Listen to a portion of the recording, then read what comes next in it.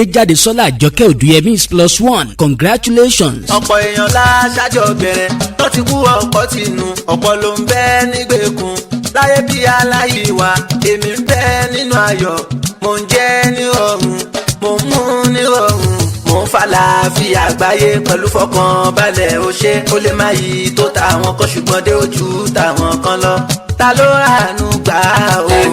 èmi ẹ̀kọ́ lámì aláwọ̀ ó ṣe. ọdọọdún ní sápóruwé ọdọọdún lè rù wá wà ọdún kan ò ní dé ká má rọmọ obì lórí àtẹ òní ọjọ́ 14 oṣù kínní ọdún tá a wà yìí 14th January òun lọ́jọ́ ìbí Adéjádesọ́lá Àjọkẹ́ Òdúyẹmí ìdí nìyẹn tá a fi ń dúpẹ́ fọ́lọ́run ọba àlá hamdan wa shukran tá a dẹ̀ tún kí ọmọ lọ́jọ́ ìbí pé happy birthday long life and prosperity. alhamdulilayi kò mí kọ́ dáadáa yẹ́yẹ́yẹ́ ọmọdé wa wọ́pọ̀ adéwà kí n tó sọ mo ti pa ó spọ́tì pẹ̀lú zero ṣọ́ọ̀tì mo ti mú one I'm on 2 mo ní kọ́lọ̀ múra kiri wa ṣèkí bẹ̀rẹ̀ yẹ́bẹ̀ twerk your body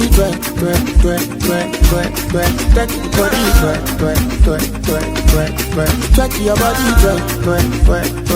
ẹ o Àjọkẹ́ bó o ṣe ń twerk jíjọ ọjọ́ ìbí rẹ ó yá tẹ́wọ́ àdúrà yìí ò ní kú ní kékeré ò ní fàìsàn lògbà òbí ò ní fojú sunkún ẹ wàá rògbòlò títí dọjọ́ alẹ́ ni wàá fọwọ́ páwú wàá fìrìgì jobi wàá dàgbàdògbò nínú ọlá pẹ̀lú àlàáfíà ara òbí máa jèrè ẹ wàá jèrè ara rẹ ọ̀pọ̀lọpọ̀ ọjọ́ ìbí ló máa ṣe lókè èèpẹ̀ lọ́la aláhàólà wàlákùwátà ìyílábíláìlẹ̀ àríyíláàdín Adéjádesọ́lá Àjọkẹ́ Òdúyẹmí mo ṣe tán mo fẹ́ kí ọ bí wọ́n ṣe kírun bàbá yín ọmọ iná forí jà lágbàrí kò ní ọmọ ẹ̀pẹ́lukú àbàtà ẹ̀yin lọ́mọ aláramọ́kọ́ ọmọ ẹ̀gírímẹ̀tì ọmọ òjìmí àgàtìtì ẹ̀yin lọ́mọ abóyìnbó ṣòwò ọmọ agbọ́rùn jagun ọmọ ẹyẹ fojú ọ̀run ṣòréré ọmọ arẹ́yẹ márùkò arókò tán ẹyẹ fò lọ ọmọ lígbẹ́ ògún aṣègùn